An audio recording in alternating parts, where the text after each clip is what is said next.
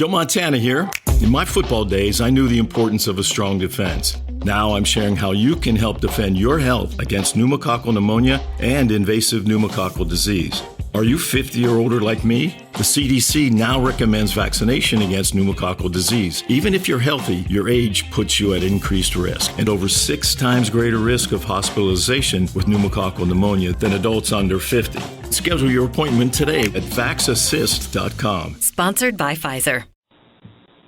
Blog Talk Radio.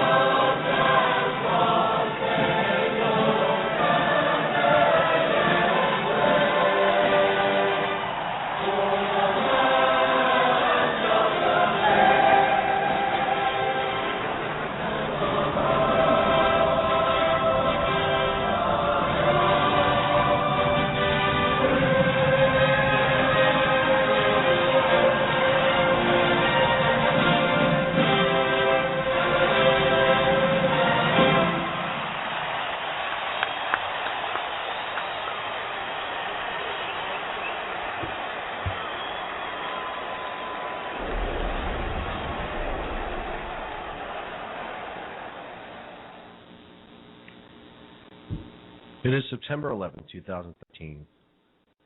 That was the military academies, all of them singing the Star-Spangled Banner together. Tonight we're taking a step away from politics. We're not doing our usual ranting and raving like we do every week. Sackhead Clint can't be with us tonight, and we were talking about what we should do for the show tonight, and should we do a replay show, a best of show, and we immediately and unanimously decided that we were going to do a tribute show to 9/11 and the victims of 9/11 and the heroes of 9/11 and how it's changed our country and how it's made our country better in some ways, others are not. Our phone number tonight is going to be 347-205-9399. We're going to talk about the day of 9/11, what happened. We're going to hear some audio from everything from the president talking about 9/11 to the FDNY dispatch tapes from 9/11 from the initial incident when the towers fell, and phone messages from C.C. Lyles on Flight 93 that crashed in Shanksville, Pennsylvania. But we decided that we're not going to do any commercials. We're not going to try to exploit this. We want to hear your stories.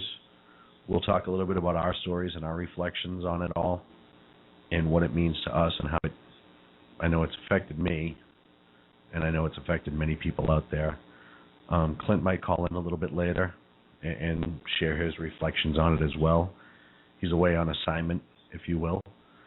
But we felt that this was the best way, just like Benghazi and all the others all the other tragic events that have occurred in our country's timeline. You need to remember this because it has formed this country and what it is today in some ways, for better or for worse. Every generation, it seems, has their generational tragedy. From the Revolution through the Civil War, War of 1812, World War One, World War Two, with the attack on Pearl Harbor. I know when I was growing up, it was the big question, where were you when Kennedy was shot? And, for me, I wasn't around yet, but I know my parents were around and a lot of people close to us, so I was able to get that insight. And for my generation, it's where were you when 9/11 happened? And I know exactly where I was. I was sitting at work in Massachusetts with my friend J.P. Kelly, and we weren't watching the news. I think we were watching Sports Center, and our friend Trent came running in and said, "Hey, turn the TV on. A plane struck the Trade Center." And we'd both been at work a long time, so we were thinking a little Cessna plane either lost control or got confused in New York City. And when we turned it on and we saw the humongous gaping hole that was outside of the Trade Center and the smoke billowing up and the flame and the fire at 9:03 a.m. and it was the cell tower that was hit. I'm sorry. It was the North Tower that was hit first, and that was at 8:46 a.m. We turned it on, and there was utter chaos. Nobody knew what was going on. I remember my friend JP said, "Wow, that's a huge plane to hit the Trade Center. Like, that's a commercial plane. How did they get lost in New York City?" There's a ton of airports right there.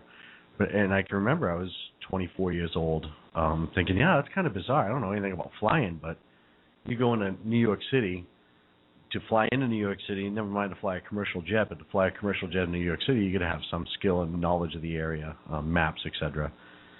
And we were watching, and of course the news reports were coming on, and I remember that we watched the second plane, 175, fly in at 9:03. And immediately we all stood up in horror. And J.P. Kelly was the first person I remember hearing this from, and he said, "We've been attacked. We're under attack." And then shortly after, we found out about the Pentagon, and we found out about United Flight 93 in Pennsylvania, and just all this information started rolling in. But I remember watching that day, and it was this amazing emotional up and down. You had the horror, the plane striking it, then the proud moment where you're watching all these heroes, these Americans, non-Americans in some cases, going in to try to help and save these people, and they were. Are you 50 or older? This news is for you. The CDC now recommends you get vaccinated against pneumococcal pneumonia. Even if you're healthy, your age puts you at risk. People 50 or older are over 6 times more likely to be hospitalized with pneumococcal pneumonia compared to adults 18 to 49. Just one shot can help protect you. Learn more and schedule at vaxassist.com. That's VAXassist.com. Sponsored by Pfizer. Joe Montana here. In my football days, I knew the importance of a strong defense. Now I'm sharing how you can help defend your health against pneumococcal pneumonia and invasive pneumococcal disease. Are you 50 or older like me? The CDC now recommends vaccination against pneumococcal disease. Even if you're healthy, your age puts you at increased risk and over 6 times greater risk of hospitalization with pneumococcal pneumonia than adults under 50. Schedule your appointment today at vaxassist.com. Sponsored by Pfizer. Film crews on the ground, because we're in that day and age. And then the first tower fell, and it was that downslope again. But they saw the second tower, and they were going to get people out of that, and so it kind of brought you back up. And then the second tower fell. And in between that, you had the United 70s. Flight 77 fly into the Pentagon, and then later on we had 93 that took off from Newark, crash in Pennsylvania. And for me, the day is summed up quite simply by the heroism of the victims who were trying to get out. They're helping each other. You hear all these stories of different people that were coming down the towers, that were working inside the towers, helping other people when they could have easily just run, knocked people over. I mean, I don't know if I would ever be that brave in that scary situation to stop and help somebody else out. I'd like to think so, but I have that luxury of sitting here and thinking about it and saying, what if, and they didn't. It started off, it was a beautiful morning, and for that to change so quickly, and all these people that were just arriving to work, and we do that every day. It's routine. You never think much of it. Usually you complain about having to go to work. I did that today before I came here. And then they're pushed into the situation of absolute horror, and they were being attacked. And a lot of them just went into hero mode and started helping people down and helping burn victims and people get out. And I mean, there's a story of this one guy was getting out, and he heard somebody on the other side of like a sheetrock wall, and he could barely get over the top, and then he was in the bottom, and the amount of time that he took with this guy to help get him out, and he ended up getting him out over the top, and they ended up leaving together out of the trade centers, and they both made it out alive, and they both interviewed to this day, is amazing to me.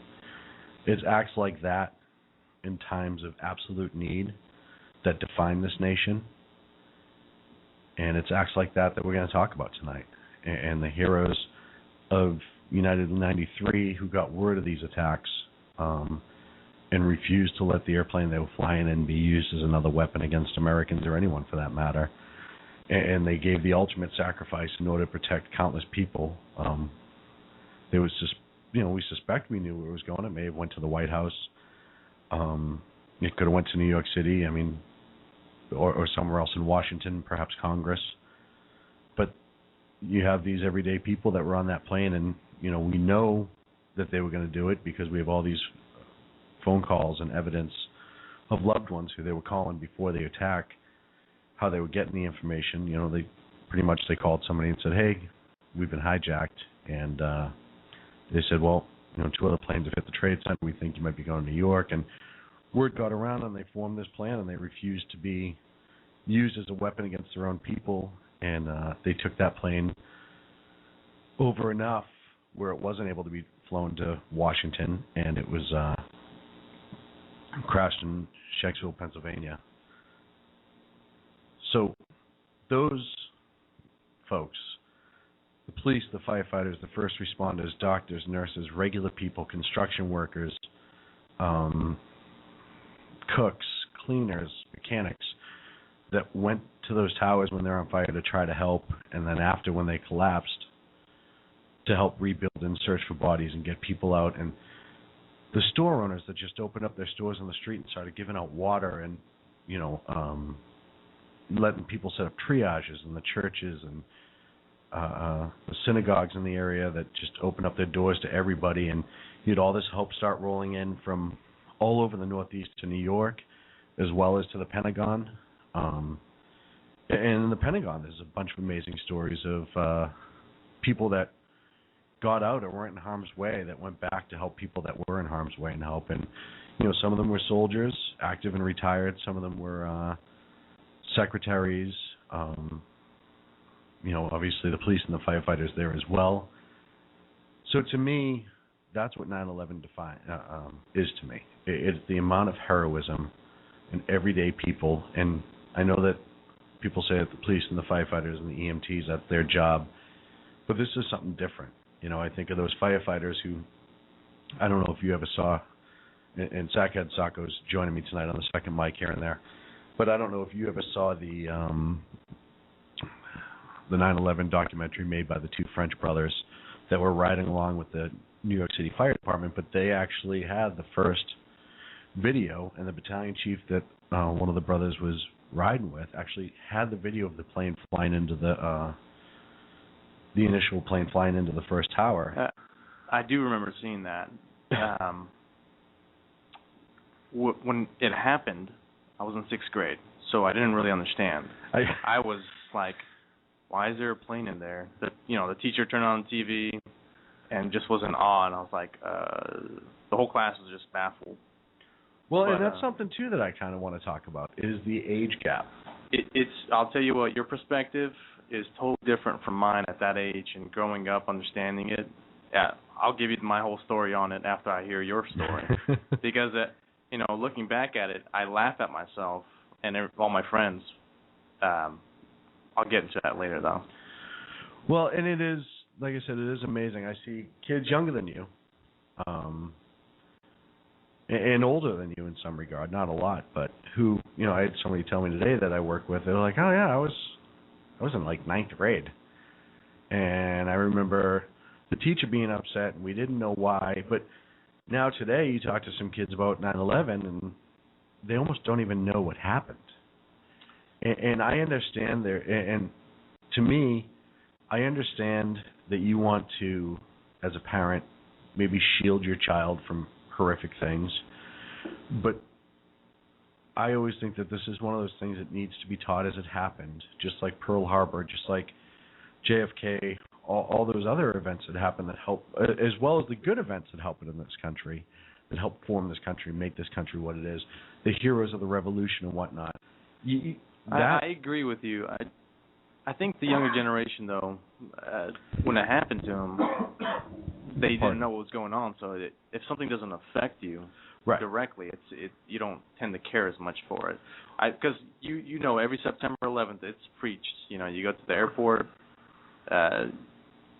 extra security, extra police out on the streets just on this one day. I mean, it's known, but it's not. I guess it's not as big of a deal to them as it is to people who experienced it and understood what was going on at the time. Yeah, I can tell you that, I was a young kid at the time, and, I didn't remember in my adult life actually being afraid. And not for any other reason than I was young and stupid. You get to that 18, 17, 16-year-old, all the way through your 20s. You're not afraid. You're invincible. You can eat whatever you want. You can stay up all night and still function the next day. And I remember at that point, I was almost trembling in fear because I knew we were attacked. Nobody knew what was coming next. Everyone kept telling us there was more coming. We knew of the 4 planes later on in the day. We knew that, FAA shut down all the planes. All the planes were down. The only planes that were up were government-authorized planes that were being escorted, and most of them were bringing help to New York from, I actually know a pilot who was flying 9/11 for a private airline or private carrier that flew search and rescue people from California to New York to assist with the search and rescue operations for 9/11. And he said that, he'd been flying 20 years up until then, and that was the first time he can remember taken off from an airport without any sort of traffic from a major airport. I think they left out of San Francisco. And he flew cross-country to New York I think he said he landed at JFK, and that was the first time he didn't have to wait to take off from a major airport or wait to land at a major airport. And he said there wasn't another plane in the sky. We had, he had a military escort, fighter jet, and he had which is just amazing in air travel nowadays. I mean, you figure right now they say over America at any given time there's like 30,000 planes or something like that are flying at any given minute just because of the way it works. And he said that, there was maybe a handful that were flying across country. And that alone, that's when he realized the impact to him on that is, look, this is scary. There is no other planes, and they're all grounded. And you look at pictures of airports from 9/11. It's a couple aerial pictures taken by either local police departments or whatever. You see some airports had 50, 60 planes lined up almost like on a carrier deck, but they're a giant because there's nowhere to go and they had nowhere to store them. And to me, that really hit home too, is the fact that how much this country shut down.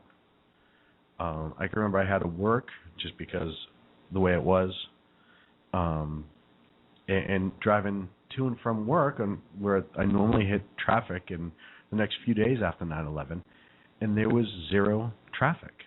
There was zero. I could have blown every red light in the world. You know what I mean? Not that I would, but I could have. And there was no cross traffic. There was no danger. I mean, there was, but not from other traffic. Right. And then I remember every incident that happened after that. Every time you saw smoke for the next few days, was that another terrorist attack, or what happened there? I can remember a few days after 9/11, the city next to ours, and it was a semi-cloudy night, and it was like, I think it was like the 17th or the 18th, but they had their 250th anniversary of their city, and they had an event planned, and in order to not be victimized by the terrorists of 9/11, they said, you know what, we're going to go along with this event. We're not going to let it change. We need to celebrate. We need something good right now. So they decided to hold their event anyhow. Well, in all the confusion, they didn't really let everyone know. And it was like 7:30, 8 o'clock at night, as it was getting dusk, and they started lighting off fireworks. Oh, man. But it was partly cloudy, and where I lived, there was mass transit nearby that went into downtown Boston, and that was something they said, oh, now we have to worry about mass transit. And I think the trains just started running again that day, because it had been shut down. It was the first time I'd ever seen the T in Boston shut down. And I think they started running again that day or the day before. And I remember hearing this boom, and I was at my house, and I went running out the front door a couple minutes later, and I heard this other boom. And now it's a cloudy night, and all I'm seeing is these flashes, but they're coming from the direction of where the transit was. And I had a gun at the time, and I can just remember, oh, it's starting again. Like, here we go again. Go and get your gun. Like, because we just didn't know. It was such utter chaos. And from the moment of 9/11 to weeks afterwards, anything that was out of the ordinary, and even years afterwards, on some degree. I mean, we have now the TSA and all this other stuff. Right. But just as a regular citizen, there were things that would stick out where you're like, whoa, is that a terrorist? Or is this going to be, are we being attacked again? I can remember being at work, it was like a week afterwards, and we have the Prudential Tunnel on the Mass Pike, and the Prudential is one of the biggest buildings in Boston. But the Mass Pike goes right underneath it. It, kind of straddles it. And I can remember looking out at the Prudential, and there's this plume of smoke rising from underneath it in the tunnel. And this is a week maybe after 9/11. And I said, oh, they got to the Prudential. Like, something's going on. It's burning. Like, did somebody set off an explosion under there? I mean, the first time the trade centers were attacked, I think in 91, they tried it with an explosive. And I said, oh, did they try it? And you freaked out, and your mind went into this weird, bizarre defense mode. And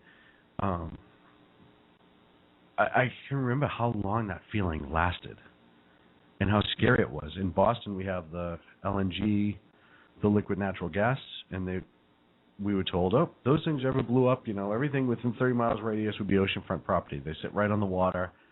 We found out later that wasn't necessarily true. They had to do a lot in order to make it a bomb. It would burn a couple thousand feet radius at 5,000 degrees, some ridiculous thing, but it wouldn't explode like they thought. But at first, they didn't know. Like, there was no information. And I can remember that being, like, the biggest fear. So when they would they held off the LNG tanker. It comes from somewhere in, I want to say, South America, liquid natural gas. And it's this humongous tanker, if you've ever seen one. It's one of the biggest ships I've ever seen in the world. I've seen it. But I can remember they held it offshore, and they were advertising this on the news, which I thought was amazing because, once again, the news is probably sharing more stuff than they should. But they were holding it offshore. The Coast Guard, the state police, the feds, they'd all go out and meet it offshore, and then they would dive the ship. I think the Navy was involved to make sure that there was no explosives on it, anything like that. And then they'd shut down the Tobin Bridge, which was like the main artery from North Shore of Massachusetts into Boston, with plows, these humongous snowplow trucks, so nothing could bash through them. They'd shut it down both sides. Then they would have a humongous Coast Guard cutter and all these other ships around it escorted in. It was like a 45-minute, hour-long process with the helicopter on it. And it happened once a week after the second or third week after 9/11, so it could refill that LNG tank, and we could have it fed the Tennessee pipeline, a whole bunch of things. But I can remember every week they'd shut that down, and it was like a big deal. And then you'd have this huge, and it came right up this inlet that leads into Everett, Massachusetts. It's not a big waterway, but I can remember seeing this humongous Coast Guard cutter come up and spinning around as they were docking it, and just thinking to myself, this is what they've done to us. This is the scary part. We have to be this scared because Logan Airport's not far away. What if they get a plane and it's almost a straight shot over these LNG tankers on certain takeoff patterns? What if they get a plane in the first 30 minutes or the first 30 seconds? Or they steal the plane and just land it on this thing. And so that's what scared me. And I was scared for a long time. And, it kept you on edge. As a kid, me and my friends had a totally different view on it. We were actually excited, not because it happened, but because we were going to shoot guns. We were going to get drafted, and we were going to fight terrorists, just like we did in Modern Warfare or Counter-Strike.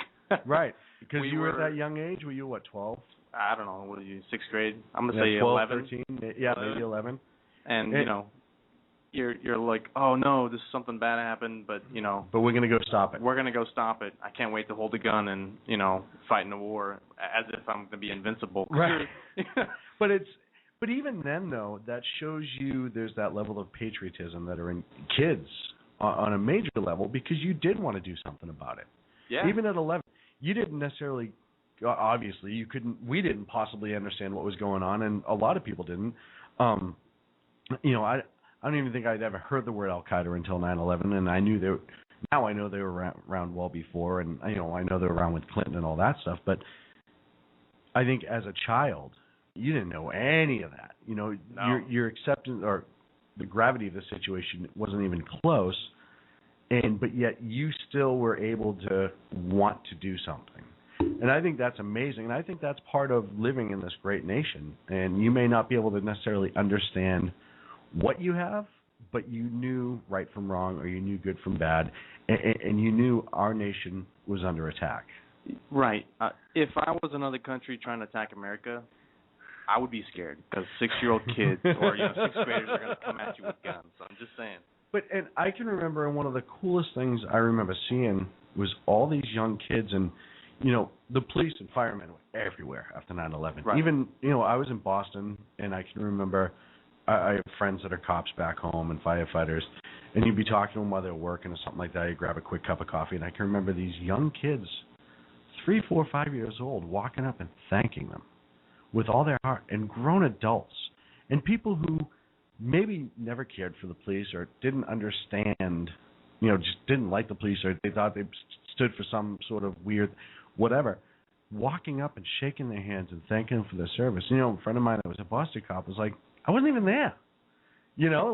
Don't thank me. Thank the New York cops, the Port Authority, PD, the guys down in the Pentagon and the firefighters. Thank them. They were the ones that did it. But that was, I think, our way outside of New York, outside of Washington, outside of Shanksville, of trying to thank the person that ran into the tower. It was as close as you were going to get in front of you to that policeman who ran into the tower, that fireman that climbed in that tower. And so you as a human being had to get that outlet. You had to say thank you. We all wanted to say thank you to those people, those heroes. And you didn't have the opportunity to do it. They were busy. I can't remember the exact amount of days that there was smoke rising from the World Trade Centers, but, they were down there for what seemed like an eternity. And I can remember I was down in New York City 2.5 weeks after the attack. I had to go down for business, and I can remember going up to the edge of the Trade Center as close as you could still get at that point, and there was still smoke rising. And to me, that was just gut-wrenching. And you knew what had happened there. I watched it happen there on TV live.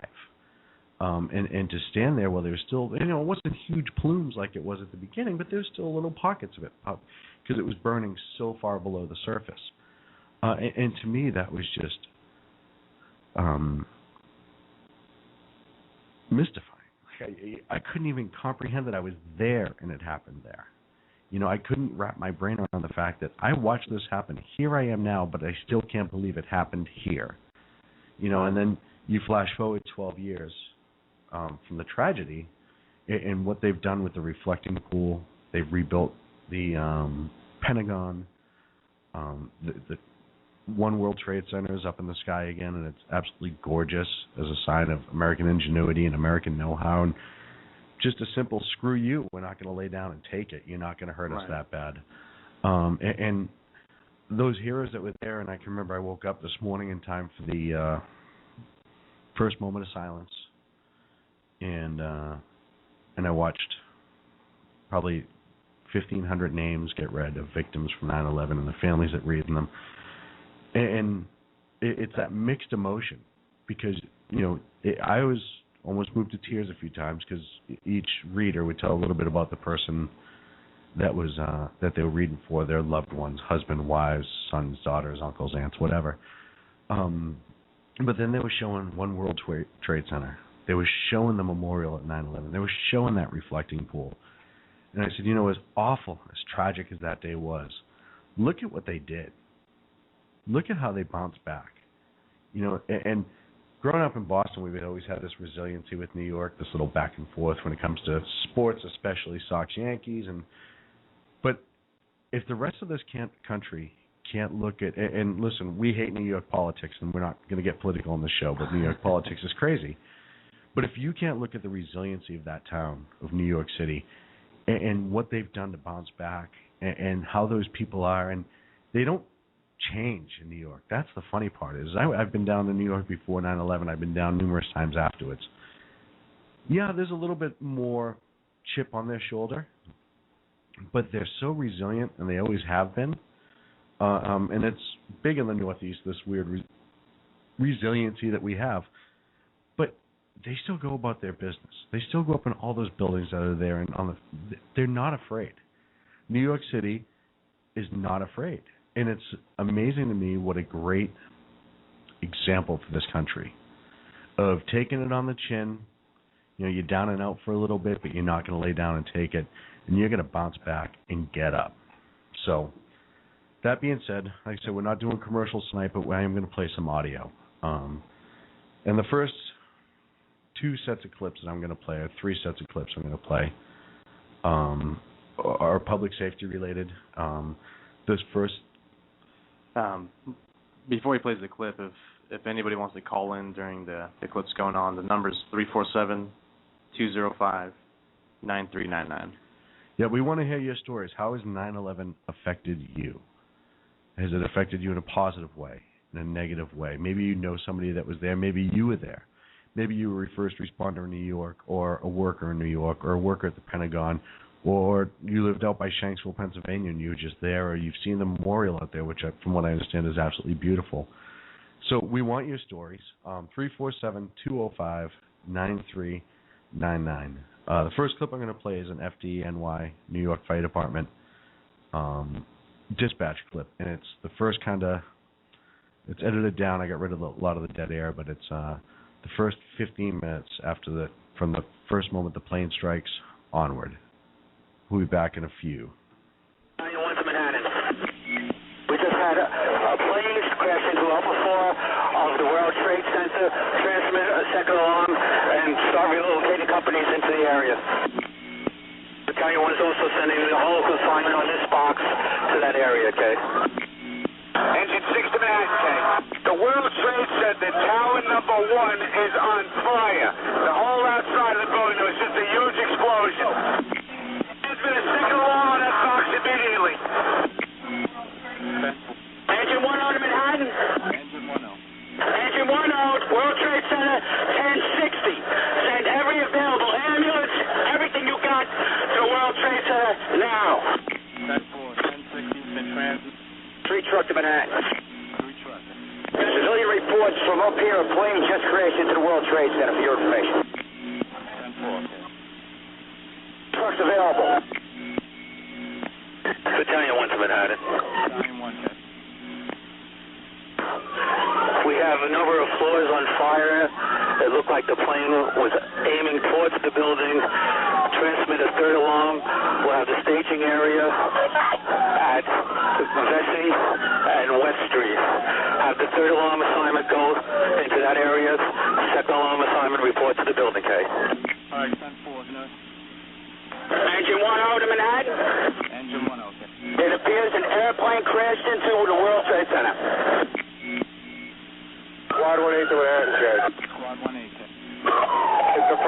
plane transited that it looked like it was intentional. Inform all units going into the box. It could be a terrorist attack.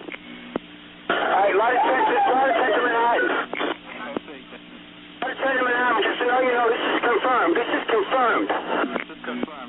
Engine 1 to Manhattan. Engine 1, go. Roll every available ambulance you got to this position. 10-4, okay. Rescue 2 to Manhattan. Are we assigned to your box in Lower Manhattan, K? Division 1 to Manhattan, K. Division 1, okay. Still responding. Have another rescue start out. 10-4, rescue 2, start out to box 8087, okay. Rescue 2's responding, K.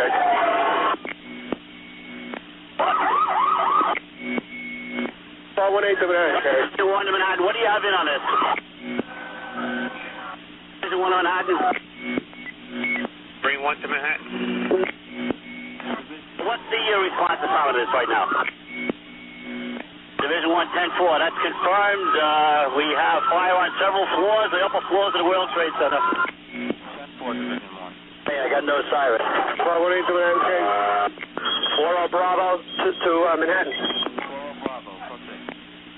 40 Bravo is responding to the World Trade Center. 10-4, okay. 40 Adams to Manhattan. 40 Adams. It's on the way to the Trade Center. 10-4. 5-5 to Manhattan. Engine 5-5 to Manhattan. Engine 5-5. Could you please have ambulances respond to West Street? We have several injured people on West Street here. 10-4 into 5. Battalion 1 to Manhattan, K. 1-4 to Manhattan. Battalion 1 to Manhattan, K. Illinois, only 3 truck to Manhattan. 3 truck, go. We're in housing on West Broadway. We can see this from here. We've been directed by numerous civilians. You want us to take this in or you want us to stand fast? Brooklyn to Manhattan. Brooklyn, go. Manhattan, for your information, Brooklyn is transmitting a box at the Brooklyn end of the Battery Tunnel. We will use this as a staging area for apparatus to respond to Manhattan. Division 1 to Manhattan. Have a staging area at the fire scene here. It's beyond West Street. All units respond into West Street. Transmit at 1060 also. Call 4 David to Manhattan. Unit calling Manhattan. 4 David to Manhattan. Do we have any report on a fire condition yet from on-scene personnel? Division 1 report. Is this a second alarm right now? This is the third alarm. 4 David 10-4. Rescue 3 in Manhattan, on your frequency. Marine 1 to Manhattan, K. Marine 1. Be advised, we're responding. We'll be in the river in case for water supply. Advise the incoming units you have visible flames from the side of the building. 10-4, incoming. 40 Adam to Manhattan. Rescue 4 to Manhattan, guys. Rescue 4. On your frequency responding, guys. 10-4. 97 Manhattan, K. 110 to Manhattan. 97, go with the message. Whoever it was hit the north side of the building, fire vented from at least one floor. Heavy smoke all over the front and on the top of the building, approximately the 90-something floor, K. 10-4. Calling Division 1, K. Division 1 Manhattan, go ahead. Division 1 receiving report. 10-4, we have units on the way up now. We're reporting fire on the 78th floor. That's uncontrolled at the time. We're going to need the PD for security around the entire World Trade Center. We have jumpers coming from the World Trade Center right now from the upper floors. Ladder 110 to Manhattan. We're on your frequency now. 10-4. 27 Manhattan, K. Guys, there was a plane that struck the building. I'm going to turn on the floor stand repeater, and the battalion cars are back up to the building repeater, K.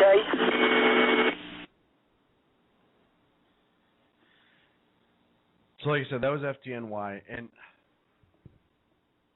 you know, they lost 343 members of the New York City Fire Department when the towers came down.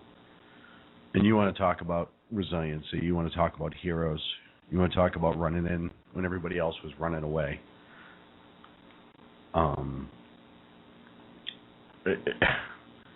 It's amazing to me. that you could arrive to work that day just thinking house fire, and I would never run into a burning building, so I'm not downplaying a house fire. I don't want anyone to confuse that statement. But they have a routine just like everyone else, and to get that call, hey, the World Trade Center's on fire, and a plane hit it, and now the plane hit the second one, and now there's thousands of people trapped inside, of which 2,753 people perished, and more have died since due to illness from inhalation of smoke and debris, and as well as more firefighters and police officers and medics and construction workers. But these guys get that call, and they show up, and you look at it, and like I said, if you've ever watched the video, you look up, and there's these humongous gaping holes. Now their job, and they can't take the elevators, is to lump air tanks and hoses and Halligan tools and all this other stuff up hundreds of flights of stairs before they even start fighting a fire. Before they even get to do what they're there to do, they're going to climb these stairs, and all the way down they're trying to fix up, triage some people in the stairwell, help people out, keep people's confidence up, and they're walking up while thousands of people are running away.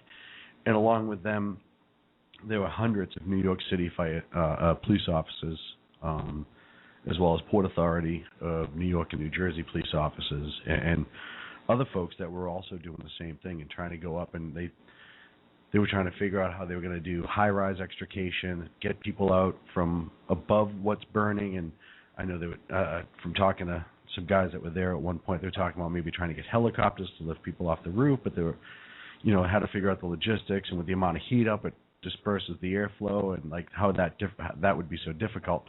So all these different things, and they're going up when all these people are coming down, and thousands of gallons of jet fuel is burning and twisting the steel of the Twin Towers. And I just can't imagine the intestinal fortitude that it takes to be one of those guys and gals that run up those stairs. Would you have done it? Like I said, I'd like to think so. I've never been tested like that. I'm not going to sit here and say I could definitely be a hero. I don't know. I'd have to be tested. I would like to think if I took that oath that I would do that, because I think if you take that oath, you're going in harm's way. It's like the brave men and women in our military that take that oath and go in harm's way. And you prepare for the worst when you're in law enforcement and fire departments, EMTs, the military. You always prepare for the worst, because if you don't prepare for the worst, you can never deal with it. But they didn't have a plan for that. They had a plan for high-rise fires, but it was never expected to burn that hot. That jet fuel burns so hot. So they had a plan on how to deal with it, but they didn't, all right, what if this floor catches fire? All right, the 89th floor catches fire. It's contained because it's built with fire codes, and there's fire blocking. So we know it'll take it this long to go up and this long to go down. If it starts in this corner, it takes X amount of time to go to that corner, so you can evacuate through one of these 12 stairwells on the east side because the west side's burned. They had a contingency plan for that. I don't think they had a full-blown contingency plan for two large jetliners flying into the side of it as weapons, or even accidental.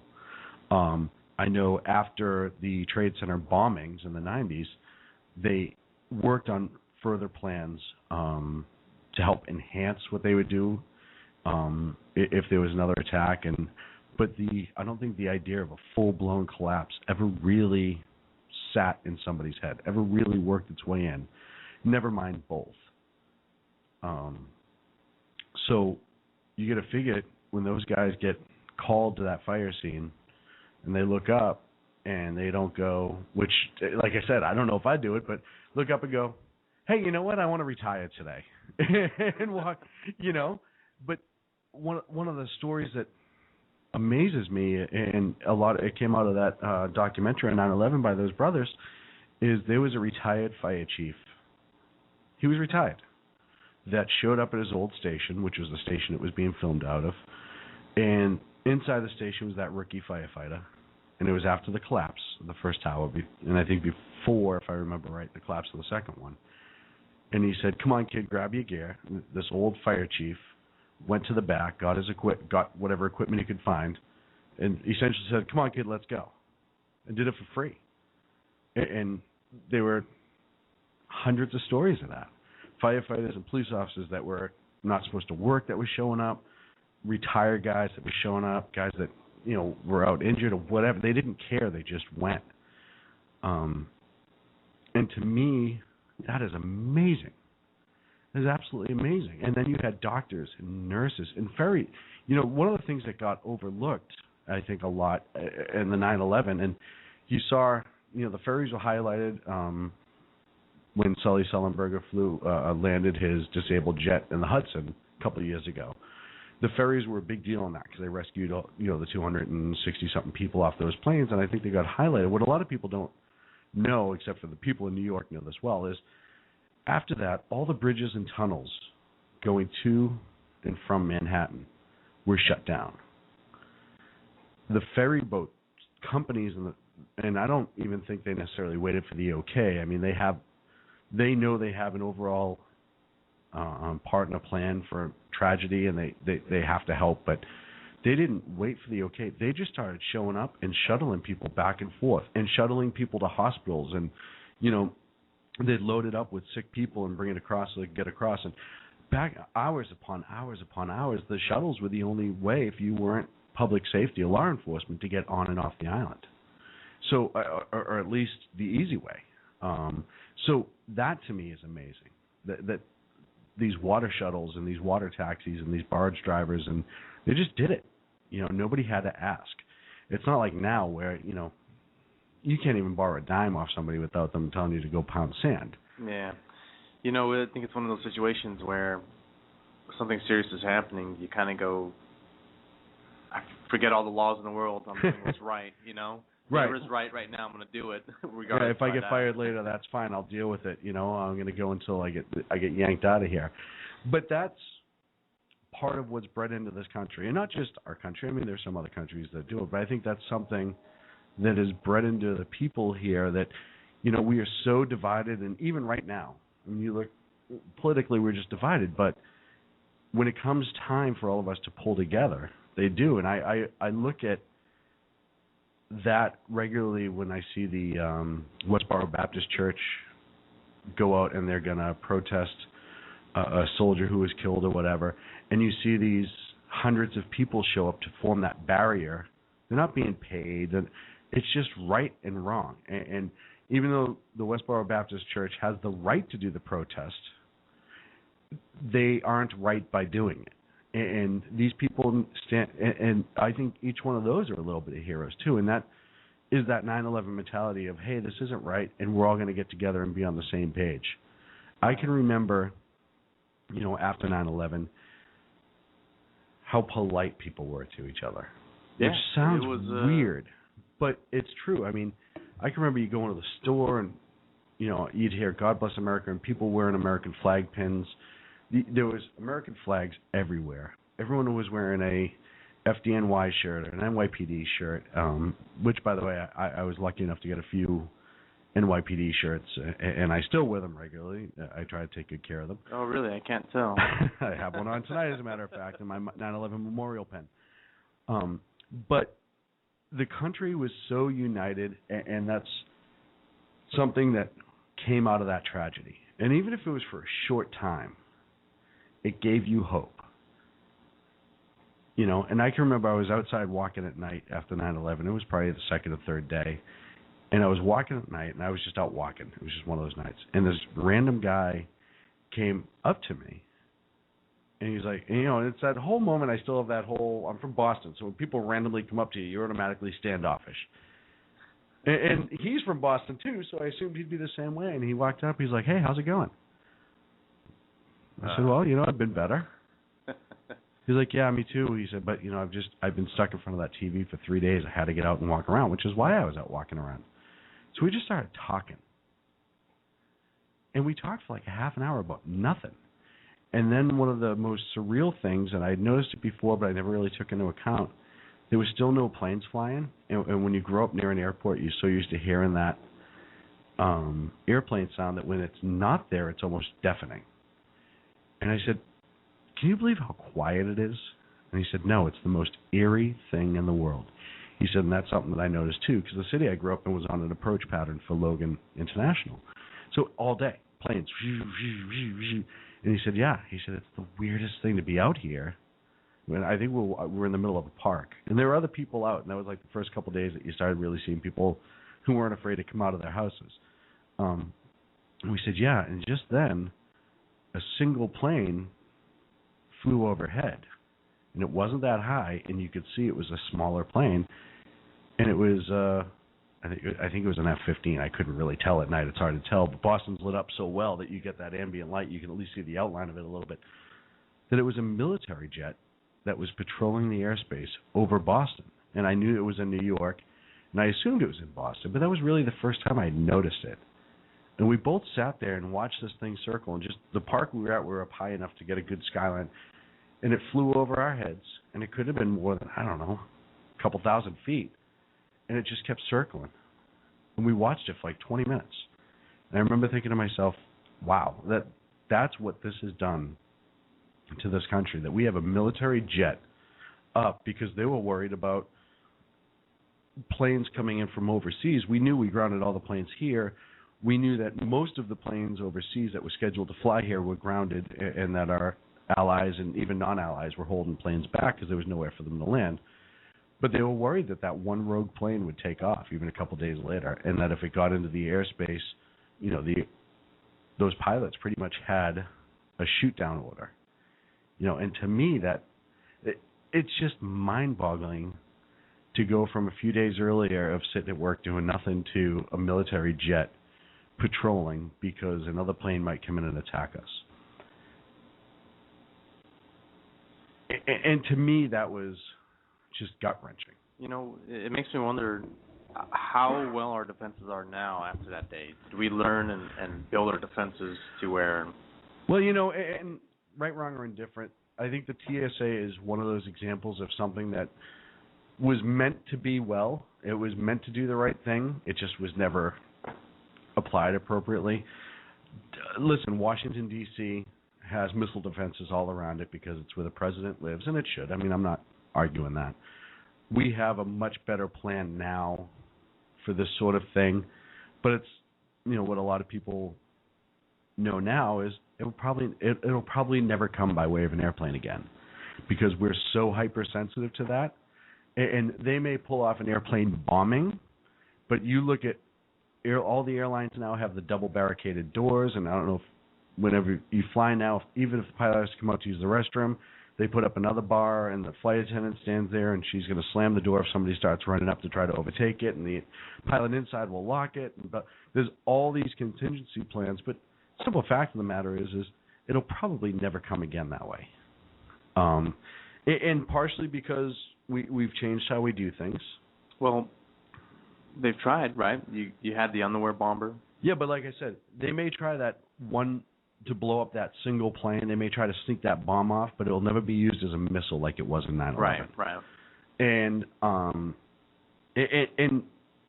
like I said, it's because.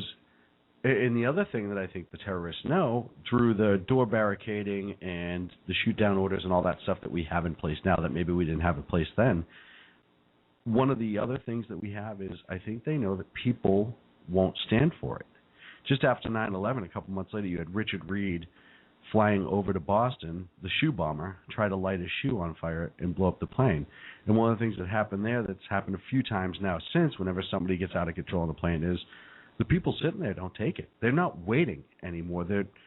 They're afraid to wait. Like, you know, the guy, hey, I get a bomb, and it used to be, all right, well, you hope the guy lands the plane and doesn't blow you up, and everyone kind of listens to what he says. Now, people react. And so I don't think it can ever, like I said, you might have that instance of an individual bomber or even two bombers on a plane to blow up the plane, but it'll never be used in the same method.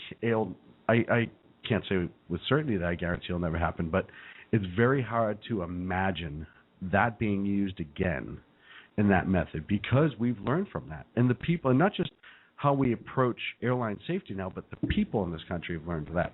one of the amazing things of this country is you're not going to knock us down the same way repeatedly. Pearl Harbor was kind of a sneak attack. It'd be really hard to have another, and we are in the age of radar and technology and all that stuff, so that would make it difficult anyhow. But we were just never going to get caught off again like that. After 9/11, we won't get caught off again like that. It'll be a different attempt, and they will come. We've had numerous attempts since, either small scale, big scale. You had the Fort Hood shooter, etc. But it's going to probably start being more the fashion of IEDs or a dirty bomb, something along the lines of that. It'll never be, to answer your question, the form of a missile. So we have learned from that. Like I said, unfortunately, we got the TSA out of 9/11. That was kind of a bad thing just because of what they are. But, you move onward and upward. So I want to play a clip here in a few minutes. And it's kind of a merged together clip. It's another FDNY clip, and it's when both towers fell. And I'm going to play that here shortly.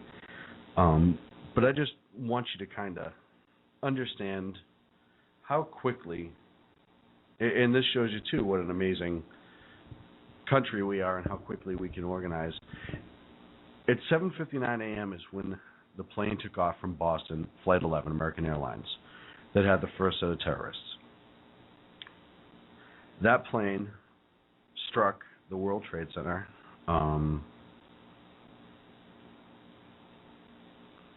Let's see, a couple minutes, 30 minutes later. By the time Flight 11 struck,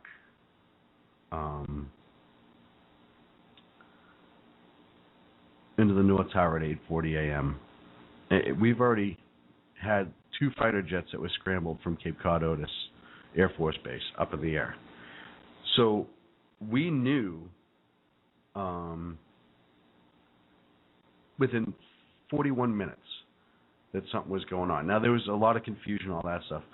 But imagine a plane takes off at 7:59 a.m., completely normal, and within 41 minutes later, we had a Air Force strike pilots up, ready to go, and do an intercept.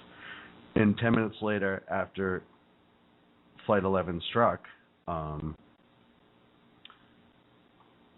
president's finding out about it. So that's how quickly this day developed. From 7:59 a.m. to 8:50 a.m. when the president found out about the planes. That's what, 50 minutes, 51 minutes? And then through the course of the day, and the president was in Florida speaking to a group of school children, and by 1 p.m., the president's in Louisiana giving getting all the information from the attack from an Air Force base. And by 8:30 p.m. that night, he's doing his address. So that's how quickly this day developed and how much we were able to move around assets and do things and change things.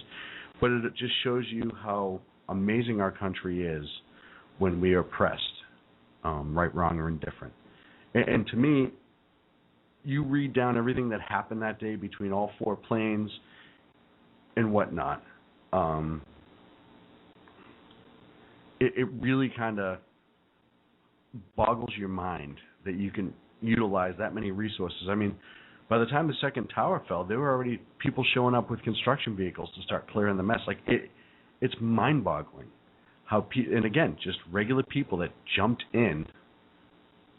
And again, there were construction workers that just jumped in these trucks and started driving because they knew it was needed.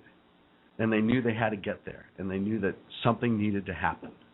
And again, it was like the ferry boat drivers, the heroes that drove that. These hero construction workers didn't wait for that call. They just responded.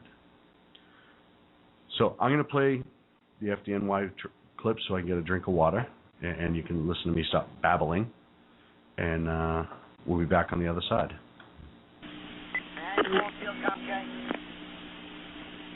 This is 240 Manhattan.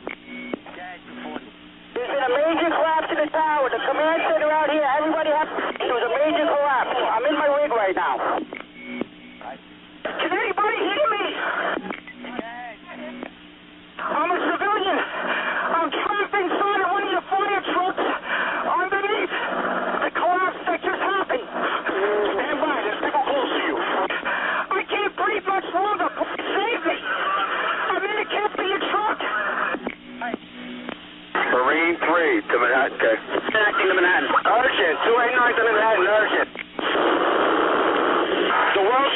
has collapsed. Building 2 has collapsed. Okay.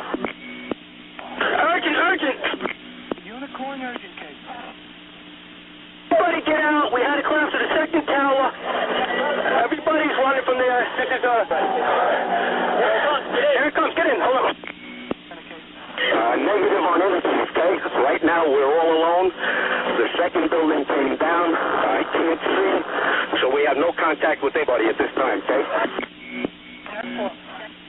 This is Battalion 4 Alpha. I have dozens and dozens of firemen. We're at the bulkhead on the Hudson River side of the World Trade Center.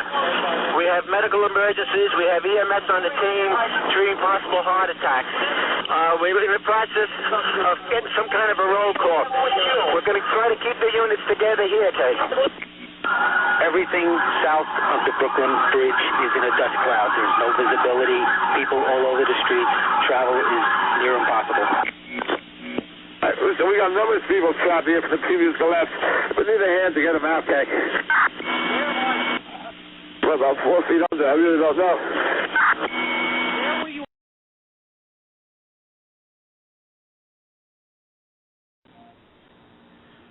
So it was 2 minutes of when both the towers fell. Obviously, it's edited down. It didn't happen that quickly. How'd that lady get a radio?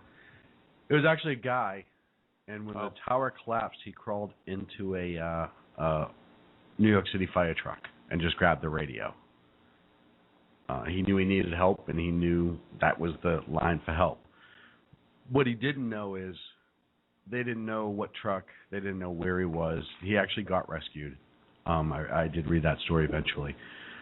But he just knew after the collapse that he needed, and like you heard them say, there was so much dust and debris that kicked up, it was like a wall. You couldn't see in, you couldn't see out, and there's videos and et cetera. So there was so much dust and everything, I think he said after the fact that he thought he was in the rubble. He wasn't per se. I mean, there was rubble that hit the truck and it did a lot of damage to the truck, but he wasn't buried like some other people were. There's also an amazing story of a New York City fire crew with an older gal that they were helping down the stairs, that when the towers came down, they were in the right position, that they essentially rode the debris to the ground. And they were buried for a little bit of time, but not too bad. Like, it was mostly dust and stuff like that. They rode the debris? Not like Pecos Bill in a tornado, but just the way it happened, that they were in that right pocket, that when the building came down, they were able to survive. That's impressive, I'm not going to lie. Yeah, no, and there's a great show about them on there as well. And it just shows you how precious life is and how close you can be to tragedy and still come through, and unfortunately for others, not.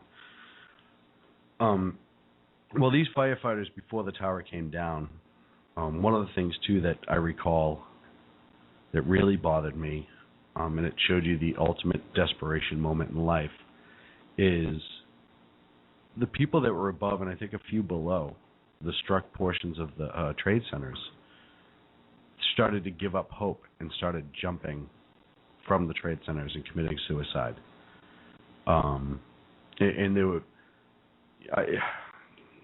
through the age of the internet and YouTube and videos, etc., I can recall watching almost live on TV, if I remember right.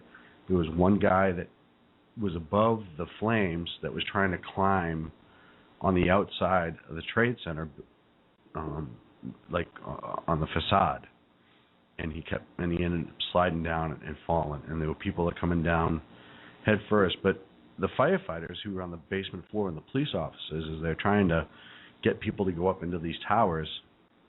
And again, I recall that documented by those two brothers. You just hear these slams and this shattering, and occasional screams. And I didn't realize the first time I watched it, and I remember I watched it in 2012. 2002. On the first anniversary, they played it that night. Is they were bodies that were coming through from people jumping above. And you hear them. And then later on, you start to pick it up because they're telling people, if you come in or if you're going out, watch for bodies coming down. We don't want them to take you out as well. So that is the ultimate desperation point for human beings when you get to that point. And that's something to me that always struck me of how horrible it must have been. I mean, obviously it was horrible. Nobody would ever question that. But when you know you have one of the greatest fire departments and police departments in the world that are going to possibly come save you, and you elect to not wait, and you elect to take your life, that shows you how horrific it was inside. And that's something that is just spine-numbing and tingling to me. I think we've all been backed into a corner before, but not like that. Not like that. No. I couldn't even imagine. No. I know. I can't even think of the scariest time where I'm just terrified of. Okay, except for a roller coaster where you have no control over yourself and you have to trust. Right, but you put yourself into that situation. You do it willingly. You know what I mean? Yeah, but when you're free falling, that's the worst feeling. But I guess that doesn't even compare to. No, because it's beyond just scared. It's beyond just. I hope I can make it through this, or it was. The ultimate desperation. It was the ultimate end. You had no choice. Well, I don't know. I guess I got to watch the videos again and see if you had waited. No. Was there going to be air support to come grab you from the top like of the I roof? said, it happened so quick that it never would have happened. Unfortunately, you figure those towers came down relatively fast because the amount of jet fuel that was melting those away, melting the steel away. It was unfortunately not going to happen. So I told you a story earlier, and I was able to find it through all my notes. Jay Jonas was a fire captain in the New York City Fire Department on September 11th. He was with 14 other people, 12 firefighters and 2 civilians. They were trapped on the stairwell between the 2nd and 4th floor when the tower collapsed. Now, they're at the bottom, and all this debris is coming on top of them, and they survived. After 3 hours in the dark, Captain Jonas and his fire crew and the 2 civilians were able to climb through like this trench, this 3-story deep trench of metal and whatnot that was caused by the collapse, and make it out alive. And that's the story I was trying to tell you about earlier about the firefighters that wrote it down. So they had this whole building come down on top of them. 12 firefighters, 2 civilians. And they didn't give up hope. They didn't stop. And this shows you just how brave these guys are. And they forged through this trench of just twisted metal and everything with their 2 survivors and made it out. And to me, that is the ultimate survival story. That's a great story that came out of this, and it really exhibits who New York is and who this country is by way of New York. And there's another story. The guy Pasquale Buzzelli was going down. He reached the 22nd floor when the building finally crumbled out from underneath him. And this is just stories on the internet that I found through all my research. And he essentially rode the debris from the floor number 22 down to floor number 7, because that's where the debris started piling up and you weren't going much further.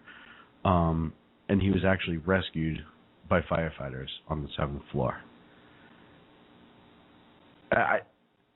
To me, that's amazing. And he said, I was numb on the way down. I didn't even realize that he had a really bad pain in his leg, and he was shouting for help. 2 firefighters, New York City firefighters, Mike Lyons and Mike Morabito, who were given a direct order not to go into the wreckage because they were worried about the firefighters, more firefighters being lost, disobeyed that order, and they actually went into the wreckage, and they found him, Mr. Buzzelli, just as the burning portion was starting to get to him, and he could have been burnt alive. to me, that's an amazing story. Floor 22 to floor number 7. And then by chance, you had 2 firefighters who, this is what firefighters and heroes do. We're told, hey, it's too dangerous. Don't go in. You can't go in. And they said, nah, we got to go. And they went in and they found this guy who, went on to live a life, and he's got a child now. And, things like that are amazing. That is. I guess if it was me alone, I don't know if I would have done it. Mm-hmm. I know if my best friend was there, he would probably talk me into it, and I'd be like, all right, let's do this. But there's no way of knowing. Yeah, there is no way of knowing. I can say it. I want to say I would do it, just because you'd want to do it. It's the right thing to do. Right. I know my life's important, but if I could save someone else's. Yeah, you hope that you do that. You hope that you would have that gumption not to turn and run, but you never know until you press. And finally, the last story that I want to tell from the Trade Center in this type of survival, a guy by the name of Ron DeFrancisco, and he's one of 4 people who survived the fall or the collapse from the 81st floor. How do you? So he's on the 84th floor, and he made his way down, and he was one of the highest ones up, in the tower, just as far as in the cell tower, as far as where the plane hit, you couldn't get up much higher without being in a situation where you couldn't be evacuated because all the stairwells were cut off. So he was as close to where the plane struck as anyone else could be, and only 4 people from the floor that they know of with him were able to make it down all 80 flights of stairs, and then the building collapsed down, and he got hit with this humongous fireball, but he survived. He woke in the hospital, not in the best of conditions, but he still survived that. So these are just amazing survivor stories, and there's more out there. I mean, if you really research into it, and you want to talk about people who made that difference or made that choice not to be caught in that building or whatever, they're out there, and they're amazing. They really, truly are absolutely amazing.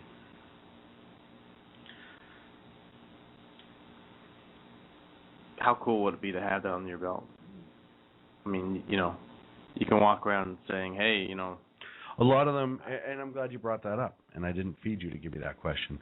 A lot of people had this syndrome afterwards called survivor guilt, and it's a common thing with people in tragedies. Why did I live when everybody else died? What did I do that was so right? What did I do to deserve this? And there was a lot of people after 9/11 from both New York as well as Washington at the Pentagon who were diagnosed with survivor's guilt, and it's a form of depression. And because I guess you would get that, like, what is so special for me? And then what do I have to do with my life?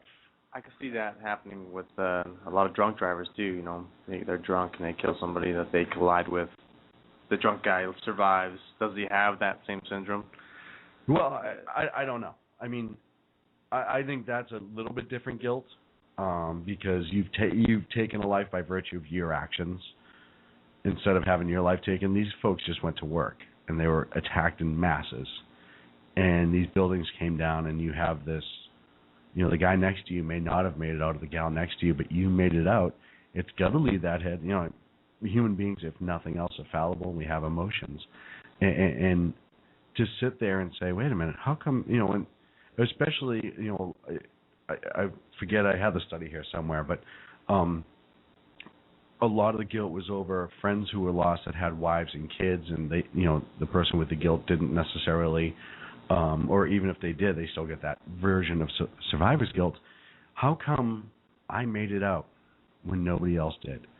And I know there are folks who are religious that say it was the hand of God that were able to save me and help me, and that's great. I mean, believe me, I'm not knocking that at all. But just that doubt in your head of how come I was able to survive when thousands of others didn't. 2,753 people perished, and I was able to walk away. Why? And that's one of the other tragedies that came out of 9/11 is the after effect.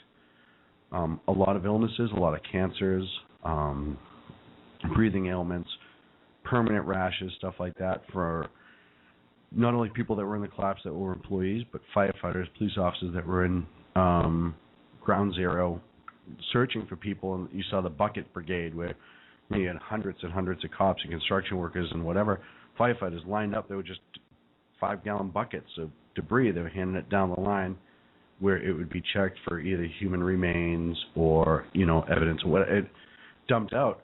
All those guys, those construction workers that went in and welded that steel apart so that search and rescue folks could get in there, a lot of them are having health issues that are directly related to their time in 9/11 and cancers and emphysema and whatnot. And so that's some of the other occurrences that's coming out now. And the other thing, too, that struck me today as I watched some of the memorial service earlier is watching 15-year-old kids talk about their dad who died 9/11. And, they're 2 or 3 years old. You watched that today? Yeah. 15. And you see 2 or 3, that means they were 2 or 3 years old at the time of that attack. And they've had to grow up all this time. And not only is it not growing up without a parent who was maybe taken from you early, and that happens a lot in this country. And it happens a lot all over the world, not just this country. But not only was your parent and loved one taken from you, but they were taken from you in one of the worst terrorist attacks in our nation's history, and now they're forever tied into that. I can't imagine how hard that is on a child.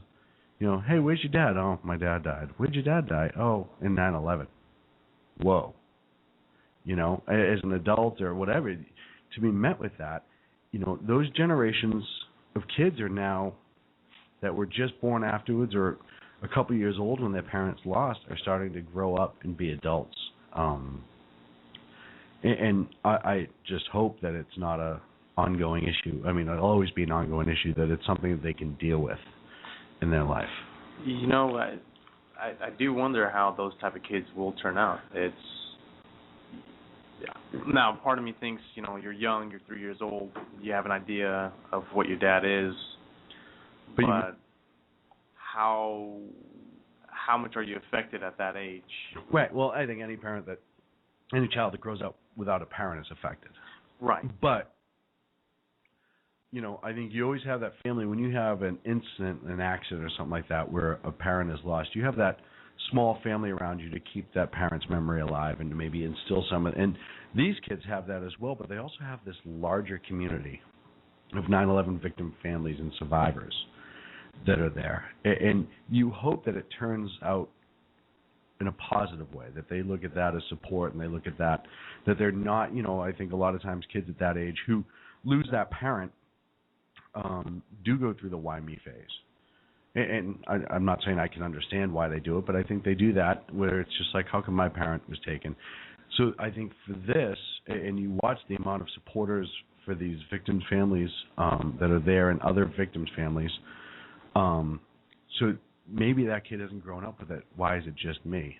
I have this extended family now that I'm a part of, whether I want to be or not, and I hope that benefits these children of 9/11 because it's scary. I'm not going to lie. I feel for those families just like I feel for anyone who's taken quickly and before their time.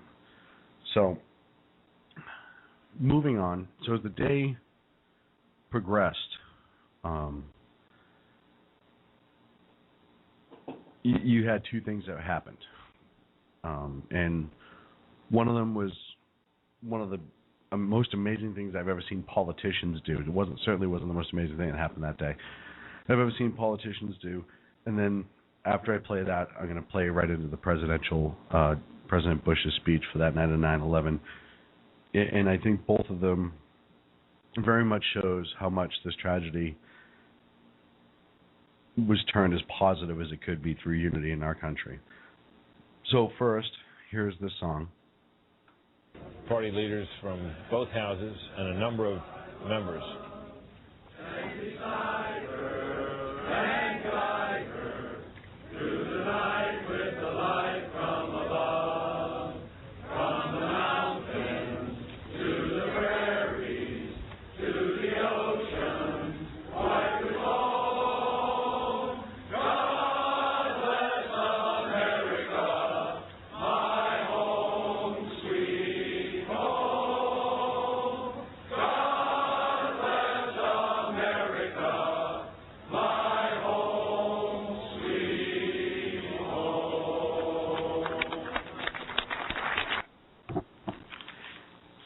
So that was Congress the day of.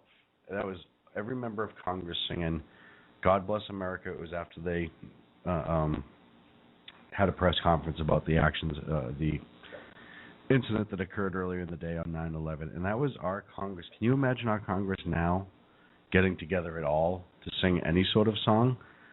You know, we can't even get these folks into the same room sometimes to have a conversation, and when they do, they don't accomplish anything. And they spontaneously burst out in "God Bless America." And to me, I thought that showed an amazing pulse, or amazing finger on the pulse of the nation at that point. And that was completely put partisanship aside. This is about us as a whole, us as a unity, and we need to really get together. So to me, that was touching. And I don't normally say anything that politicians do that are overly touching, but on that day, in that particular incident, I think they got it right. And then I think it was about 9:30 that night, 8:30 that night, East Coast time, President George W. Bush came out and he gave his speech. Good evening. Today, our fellow citizens, our way of life, our very freedom came under attack in a series of deliberate and deadly terrorist acts. The victims were in airplanes or in their offices. Secretaries, businessmen and women, military and federal workers, moms and dads, friends and neighbors. Thousands of lives were suddenly ended by evil, despicable acts of terror. The pictures of airplanes flying into buildings, fires burning, huge structures collapsing, have filled us with disbelief, terrible sadness, and a quiet, unyielding anger. These acts of mass murder were intended to frighten our nation into chaos and retreat. But they have failed. Our country is strong. A great people has been moved to defend a great nation. Terrorist attacks can shake the foundations of our biggest buildings, but they cannot touch the foundation of America. These acts shatter steel, but they cannot dent the steel of American resolve. America was targeted for attack because we're the brightest beacon for freedom and opportunity in the world, and no one will keep that light from shining. Today, our nation saw evil, the very worst of human nature, and we responded with the best of America, with the daring of our rescue workers, with the caring for strangers and neighbors who came to give blood and help in any way they could. Immediately following the first attack, I implemented our government's emergency response plans. Our military is powerful, and it's prepared.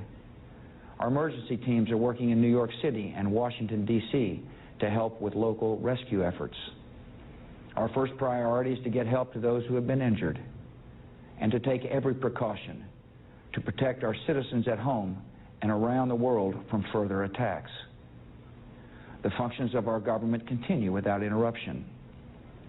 Federal agencies in Washington, which had to be evacuated today, are reopening for essential personnel tonight and will be open for business tomorrow.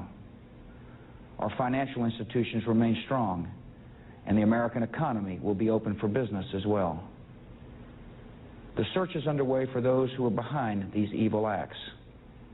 I've directed the full resources of our intelligence and law enforcement communities to find those responsible and to bring them to justice. We will make no distinction between the terrorists who committed these acts and those who harbor them. I appreciate so very much the members of Congress who have joined me in strongly condemning these attacks. And on behalf of the American people, I thank the many world leaders who have called to offer their condolences and assistance. America and our friends and allies join with all those who want peace and security in the world, and we stand together to win the war against terrorism. Tonight I ask for your prayers for all those who grieve, for the children whose worlds have been shattered, for all whose sense of safety and security has been threatened. And I pray they will be comforted by a power greater than any of us, spoken through the ages in Psalm 23. Even though I walk through the valley of the shadow of death, I fear no evil, for you are with me. This is a day when all Americans from every walk of life unite in our resolve for justice and peace. America has stood down enemies before, and we will do so this time. None of us will ever forget this day, yet we go forward to defend freedom and all that is good and just in our world. Thank you. Good night, and God bless America. And I don't want to go down the road of what, I see this all, what this president would have done, Obama, with what George Bush did. I almost think that's an unfair comparison sometimes because he's not in that situation. And it was just different.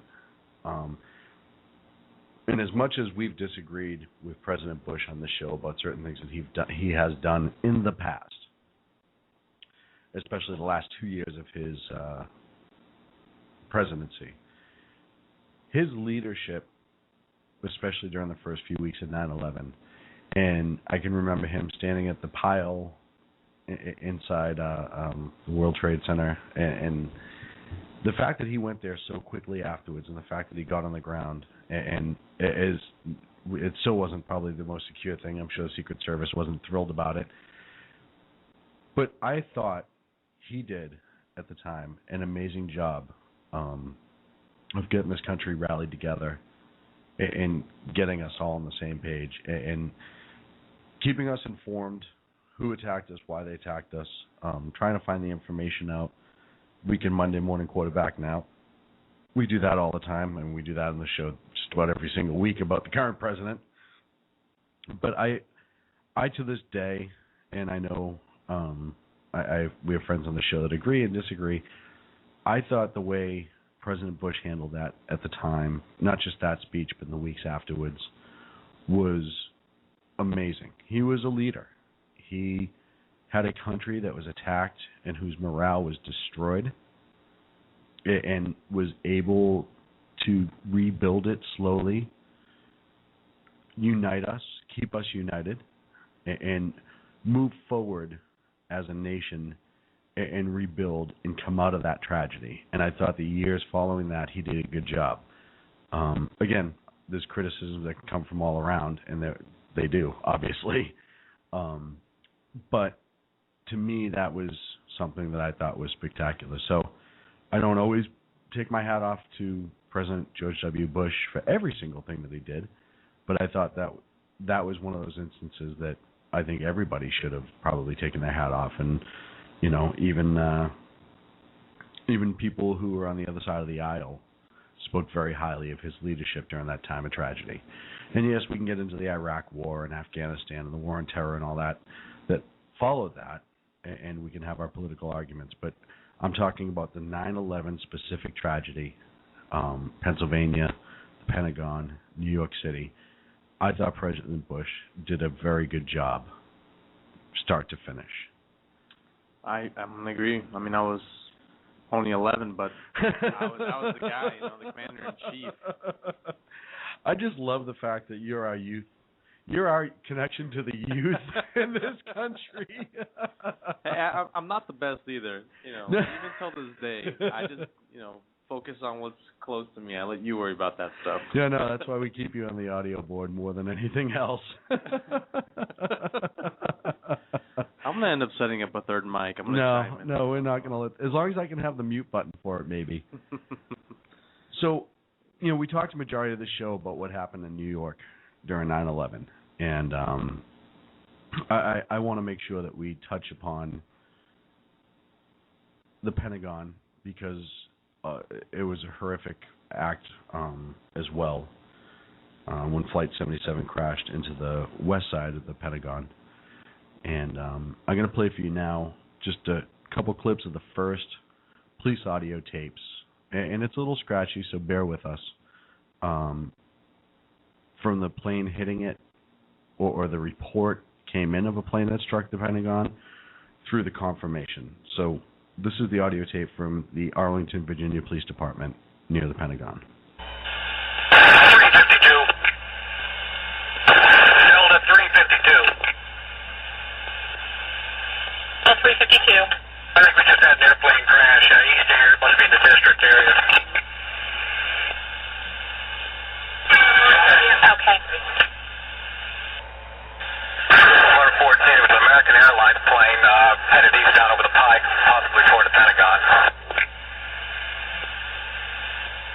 10-4, cruiser 50 direct. 50, 10-4. 36, I'm around. I see the smoke.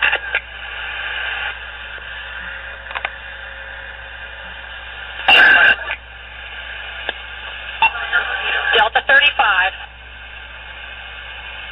35, I'm around also. 4 direct. Okay, any unit responding to check the area of the Pentagon, advise on channel 1, please. I have Delta 35, Cruiser 34, and Delta 352. When I know. 453. Turn on it that way. Okay, 1 unit at a time. Motor 11. Motor 11.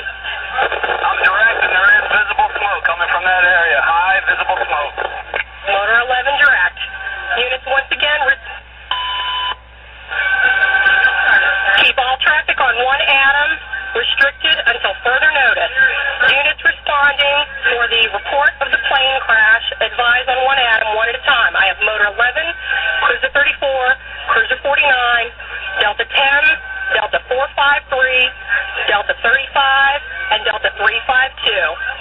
Any other units, standby response there unless Cruiser 50 notifies other. Total 23. I'm going to be clear 304, and I will be standing by for further instructions. Does it, sure? 23-10-4, thank you. Cruiser 50? American respond. 10-4. Is that enough units to respond for now, or do you request additional? No, stand by till we see what we got. 10-4. The 2 will respond for traffic. Last unit responding for traffic? Motor 2. Copy. Motor 2 responding for traffic also.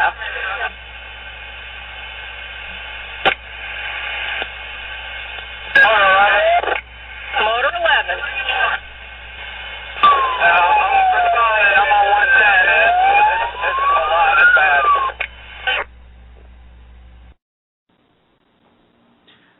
So those are the first couple police officers. Obviously, the Pentagon is a military installation. There was military help that got there relatively quickly. Washington, D.C. area, there's obviously a large contingency of the military in the area. But this is amazing to me that Arlington, Virginia is a medium-sized town. It's not a huge city. It's not like New York that has the resources of New York. And you have that initial call from the police officer who said, hey, I think a plane just crashed. And at this point, I don't know if word had gotten down to them completely as to what happened in New York. I'm sure that there was some sort of alerts put out, but you don't know if they had specifics. You don't know if they had the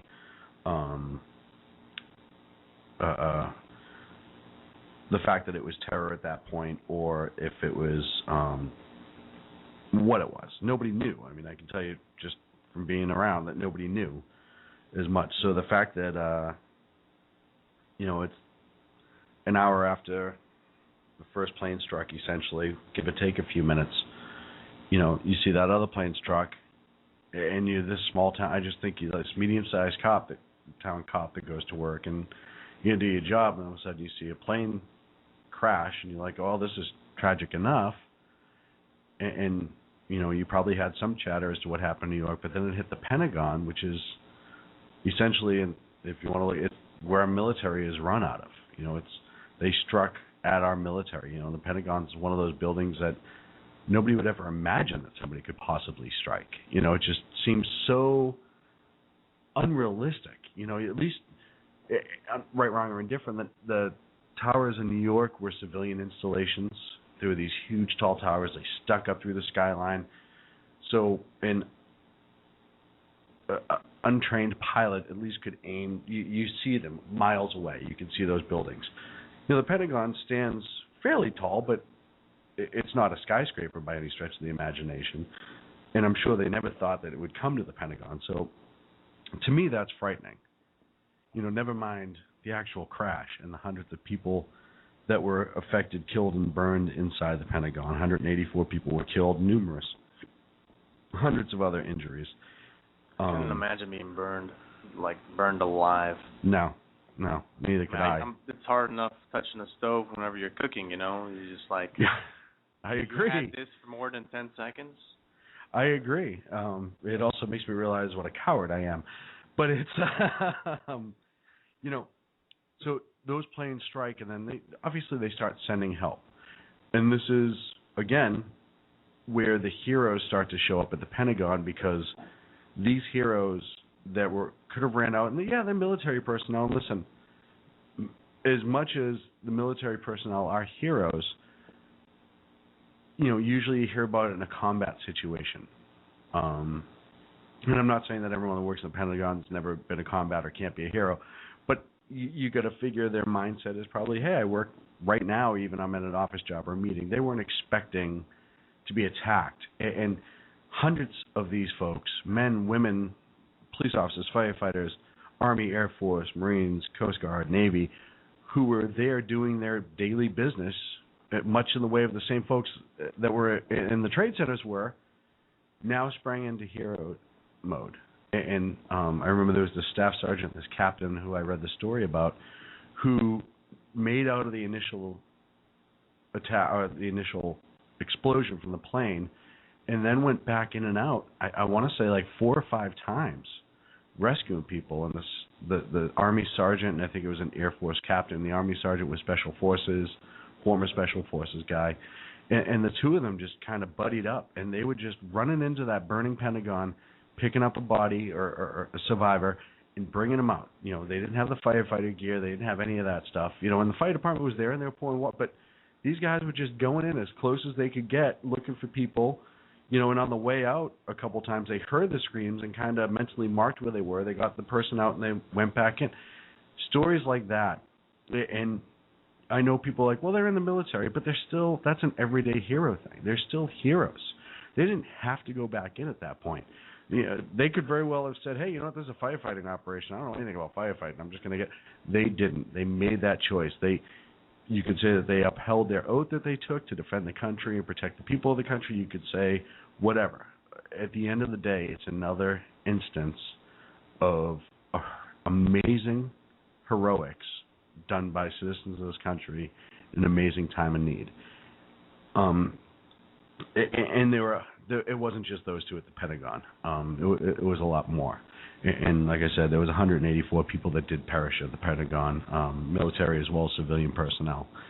So it wasn't just New York City that these amazing acts of heroism were. They were elsewhere in the Pentagon.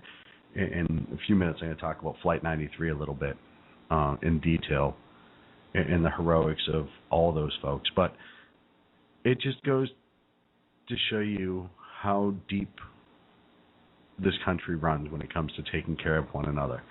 And not because it's forced upon us by government or law or anything like that, but when it's the right thing to do, we do it just because. Right. And specifically in this type of event where it's just amazing to me. And that's when I feel down about this country, or I get upset about this country, or how we act towards each other, or what we do, either politically or personally, whatever.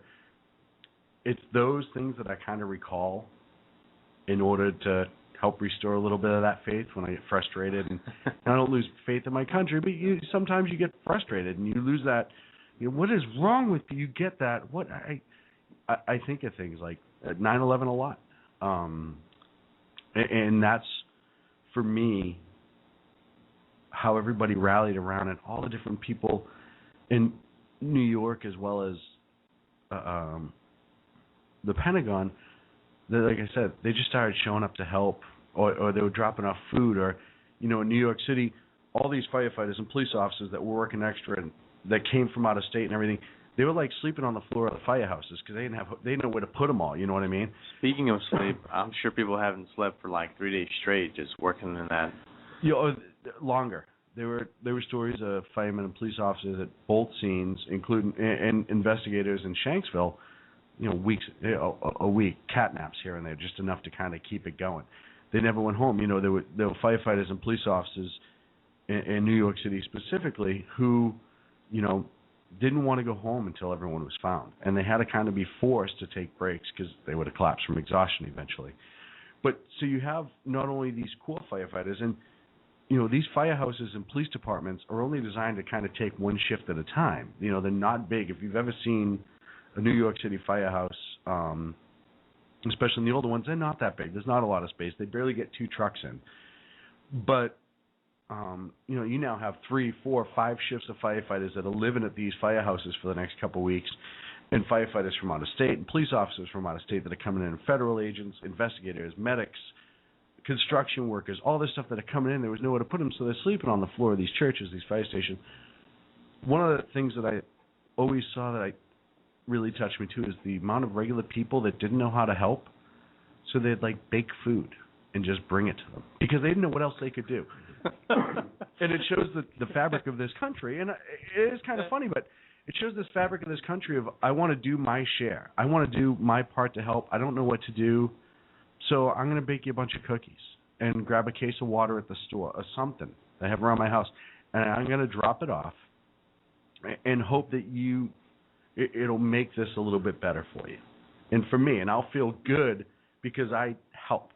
Yeah, you're contributing to the situation. Yeah, I can't go in there, and I don't know anything about search and rescue. I don't know anything about welding. I can't run an excavator. I'm not a firefighter. I'm not a police officer. I can't even go do paperwork for you because I don't know what I'm doing, but this is what I can do.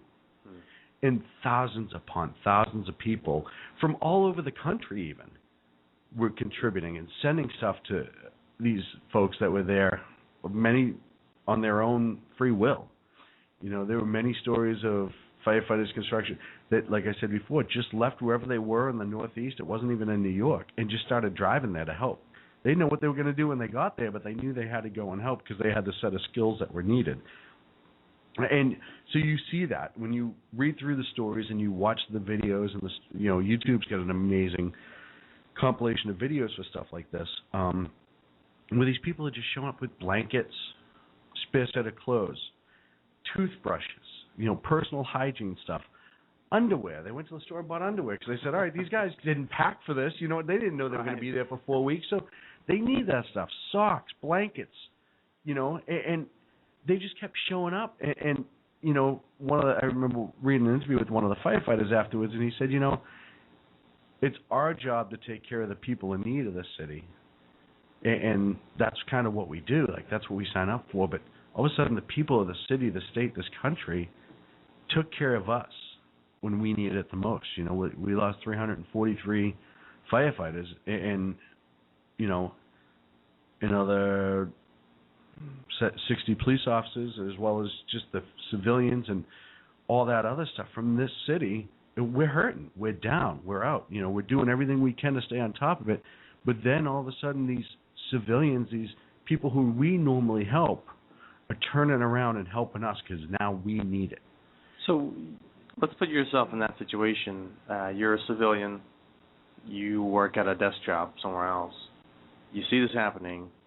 What would you give to a firefighter or a police officer? Anything I could. I would just think, you think of them as people, and we forget that sometimes. Cops, firefighters, you forget they're people when you pass them. You just see the uniform, right? And there goes RoboCop, right? Or here's he's in the fire truck. I can't even see his face half the time because the lights are. Right. You don't think of it like that. So, I think that you realize, like, this sort of instance breaks down that barrier, and you're like, wow, my Lord, they're people just like I am. What would I want in that situation? For me, it would probably be coffee, lots and lots of coffee. Because that's just me. You've known me for a long time. Yeah, please, Dunkin' Donuts, get me as much as you can. But obviously I need to survive. So, you would try to think of that stuff. And then the other problem is they ran out of supplies so close so quick because there wasn't anything really coming in and out of the city for a while. Right. That you had to start going outside. So people were driving outside of New York City a few hours to get supplies to bring back, and regular people. Driving up into Connecticut or driving up into upstate New York or down into Pennsylvania or wherever they could, New Jersey, to just buy cases of water and some, deodorant or whatever and bringing it. Supplies. Yeah. I'd never even thought about, because it dragged out so long, but I thought, they go home, they rest for a day and come back and continue. No, they were there the whole time. Yeah. They didn't change their underwear once. They didn't take a shower. Right. Well, they sweat through everything. Yeah, because the water was shut off close at all the Manhattan fire stations and police stations. There wasn't a lot of water, and it took time to get all that stuff back on board. So you're right. That's what these folks, and the water they did have was going to trying to put out the fire at 9/11. So, or at the trade centers rather. So, yeah, you're right. These guys needed, and gals needed that change. They needed those extra socks. They needed to be able to change their clothes because they weren't leaving. They were all on hold or they didn't want to leave. Yeah, I've worked the graveyard shift, and I die, just staying up that whole night from, 3 to 5 a.m. That's the worst hours you can ever be awake. Right. After working that, I'm like, you know what? Maybe some coffee and a blow-up mattress in case you want to take a cat nap. And that's the stuff that they were dropping off. People were going into their cabinets at home and getting blankets and pillows and sheets, just anything they could to bring down to give these folks as much comfort as they could. And it wasn't home, but you had to make and everyone says, well, firefighters live at the fire station anyhow. Yeah, they live there for a couple days at a time, maybe. Yeah, I think they do. Sometimes they do a 20. Right? No, I think everywhere is different, but I think the average is like a 24-hour shift, and then they go home. They have beds there, they have showers there, and yeah, they probably maybe have a change of clothes or two. But this is well and beyond that. And the police officers the same thing. You have these police stations where they don't have the beds. They don't. Most of them work like a 12 or 16-hour shift or whatever it is, but it's not even set up like firefighters where they live there for a day and then go home. These police officers and federal agents that helped and all that stuff, they didn't have that stuff either. They were lucky if their station had a running shower. I'm sure, the older New York areas, those buildings were built back in the early 1900s. So, they needed it as well. They needed places to stay, and they were setting up and sleeping anywhere they could. But all of that together, those are the heroes that were saving everyone. And then the days afterwards, those citizens started becoming heroes of a different type, making sure that they did their part so the heroes that were going into the World Trade Center to look for victims at least had some sort of comfort. So that was always something that I bring with me, when I'm down on this country, or not that I get down on the country, but you get down on about certain things that occur. I know, you look at the politics and you just and sigh. we see that all. You just sigh. It's like, well, we don't sigh here. We talk about it and complain about it and offer our suggestions. But, especially doing that job on this side of the microphone where we are constantly picking apart politics and looking at this and, why would they do that? It's so frustrating. Why can't people, see this side of it or whatever? You do get discouraged. And that's one of the things that I use from this tragedy to re-encourage myself to build it up again. I say, all right, we may have a difference in political opinions, but when push comes to shove, sorry, these people will be right there for me. Yeah. I'm wondering, we have a really good response to it, and, America kind of came together. If this happened to another country, how would they respond? Would they do the same thing? It has happened in other countries. Other countries have been victims of terror for years.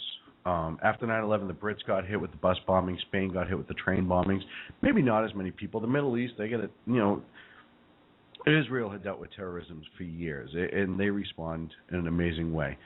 The Middle East, even the countries that aren't necessarily, that are very well grounded and formed, Jordan and stuff like that, they still get attacked occasionally. So they respond very much the same way. I think people in general respond that way. I think it almost goes beyond country at that. It does. It goes to that human nature. It goes to that, you know what, I don't care about anything else. I can't sit there and watch another person get hurt. And I think most people, a majority of people in this world, are like that. Not everybody, as we see in this world all the time with the news and everything, that it's not always like that. But I think a majority of people on this planet, when push comes to shove, would take care of their fellow man, not because they were ordered to, but because it's the right thing to do. It's the good in people. It does exist. Believe it or not, it does exist. So I want to play one last, and this is a quick clip, but CeCe Lyles was on Flight 93. And she left a message at her home to her husband. And this, to me, this is heart-wrenching, but I feel this is something that everybody should have to hear. Tuesday, 9:47 a.m. Hi, baby. Baby, you have to listen to me carefully. I'm on a plane that's been hijacked. I'm on the plane. I'm calling from the plane. I want to tell you I love you. Please tell my children that I love them very much. And I'm so sorry, babe. I don't know what to say. There's 3 guys. They've hijacked the plane. I'm trying to be calm. We're turned around, and I've heard that there's planes that's been flown into the World Trade Center. I hope to be able to see your face again, baby. I love you. Bye.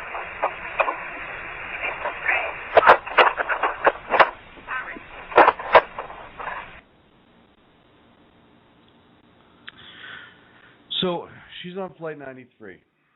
Flight 93, there's been speculation that it was headed for the White House. There was speculation it was heading for Congress. Congress was in session. The summer recess was over, as it is now. I don't know if we're 100% sure where it was going, but, Flight 93, as I said earlier, took off out of New Jersey. It was headed for San Francisco. The hijackers took the plane over. They flew it over Pennsylvania. They were starting to turn the plane back around to come back east from the western direction. After the hijacking, people started using the airphones, which are the little phones that used to sit in the back of the seats, and you used to run a credit card and it cost you $14 a minute to make a phone call, to start calling loved ones, say, hey, we've been hijacked. Calls were also made to authorities to let them know, or attempted authorities.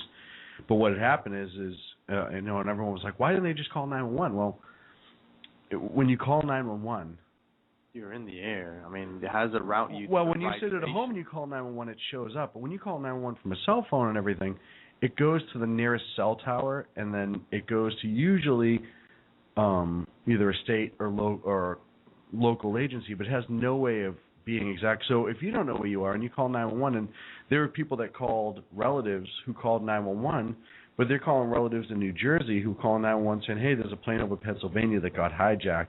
It just, again, we were never prepared for it, so it happened so quickly. As a dispatcher, what do you do? I mean, you're like, I'm in New Jersey, this is in Pennsylvania, who do I contact? Right. All right, I got to call the FAA. Do we know the flight number? There's just a million different things that you'd have to try to figure out before you can even connect it. And listen, when they first found out the planes from Boston were hijacked, they still had a hard time putting it together. I believe it was Flight 11. They thought, they didn't know flew into the Trade Center for the longest time, or they couldn't identify it as a definite. They thought it was still flying south towards Washington, D.C. for an hour after it was already struck the World Trade Center, just because things got so confused, and you have, air traffic control from Boston that is in charge of this plane to this point, and then it gets handed off to New York, and then however that works. Right. So there was confusion with that. So, and those are the folks that are paid to follow planes. Now imagine you remove that completely. You have no radar. You have no other stuff. United 93, there was broadcast back and forth, as there was with Flight 11, of the hijackers thought they were using the overhead intercom in the plane, and saying essentially, hey, we have a bomb on board, we're turning the plane around, go sit down, everything will be fine. And I think it was a Cleveland air traffic control and a couple airplanes that were up in the area that were able to finally articulate, did he say there was a bomb on board? And one of the other pilots said, yeah, I heard that too. And the Cleveland air traffic controller said, all right, we'll call the authorities, but they turned off their transponder, which is how they, what gives you the location for each plane. Each plane turns their little transponder on.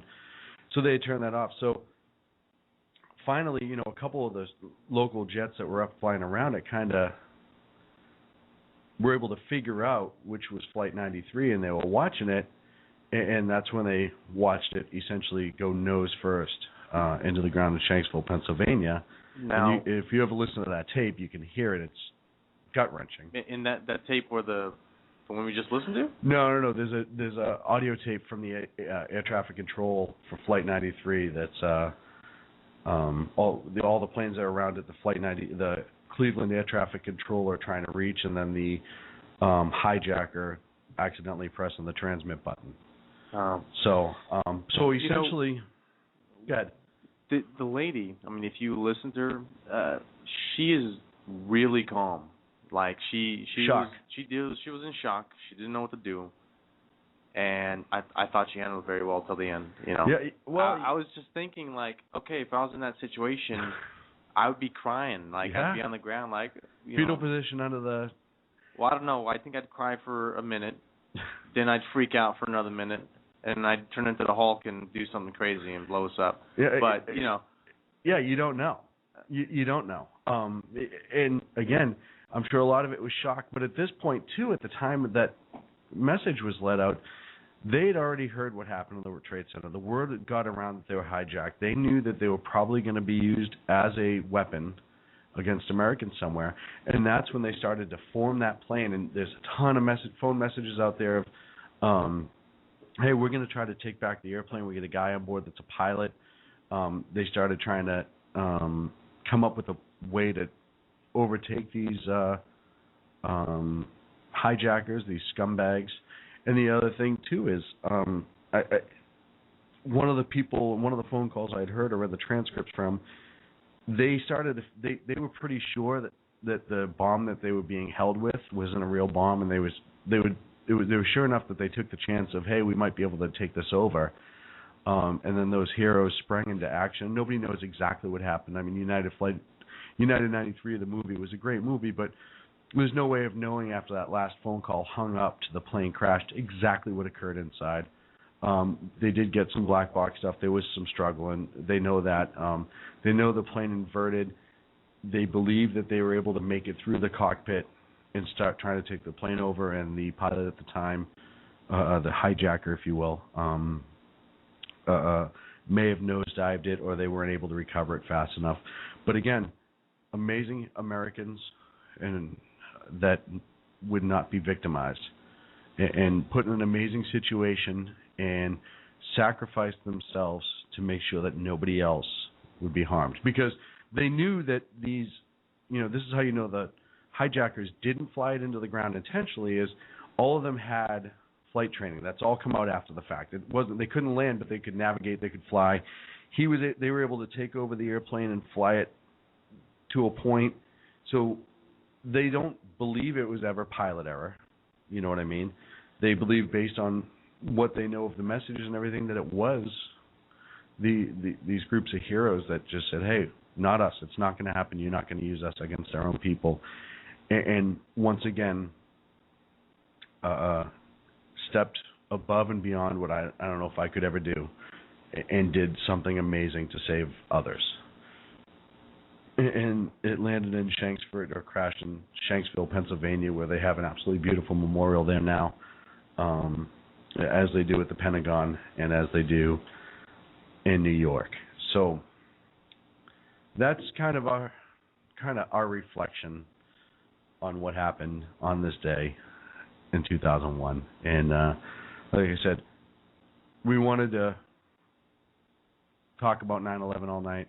I'm sorry we didn't get the phone calls. I blabbed repeatedly, and that's my fault. But this is always a heart-wrenching day for me, and this is always something that I always go through the speech. I did it last year, I think, too, when we did our show. And it's something that we felt here at the show that we had to do to pay tribute to all the victims of 9/11, all the heroes that ran in when everybody else ran out, all of our military personnel that fight for our freedom every day, as well as the police officers, firefighters, EMS workers that are out there every day. We also do not forget Benghazi, which happened a year ago, in which 4 brave American souls were taken from us, and that is not a fight that we're going to give up on, and Benghazi needs to be figured out as well. And there are as much victims and heroes as the people in New York, in Washington, and Shanksville, Pennsylvania. So thank you for joining us tonight, Sacco. Thank you for entertaining me briefly. Well, I chime in. To the victims' families of 9/11, both 2001 and Benghazi, you will not be forgotten. We will not allow you to be forgotten. And your loss will not be in vain. Your loved ones and families are heroes, and they will forever be thought of as heroes. And we will do everything we can as a nation to make sure that they are properly remembered and memorialized. So for the Sackheads radio show, this is Sackhead Sean for Sackhead Clint, who's off this evening, Sackhead Sacco. Thank you for joining us on our 9/11 tribute show. We really appreciate it. We will be back next Wednesday, 8 p.m. Pacific time, on our regular politically ranting show. Thank you and have a good night.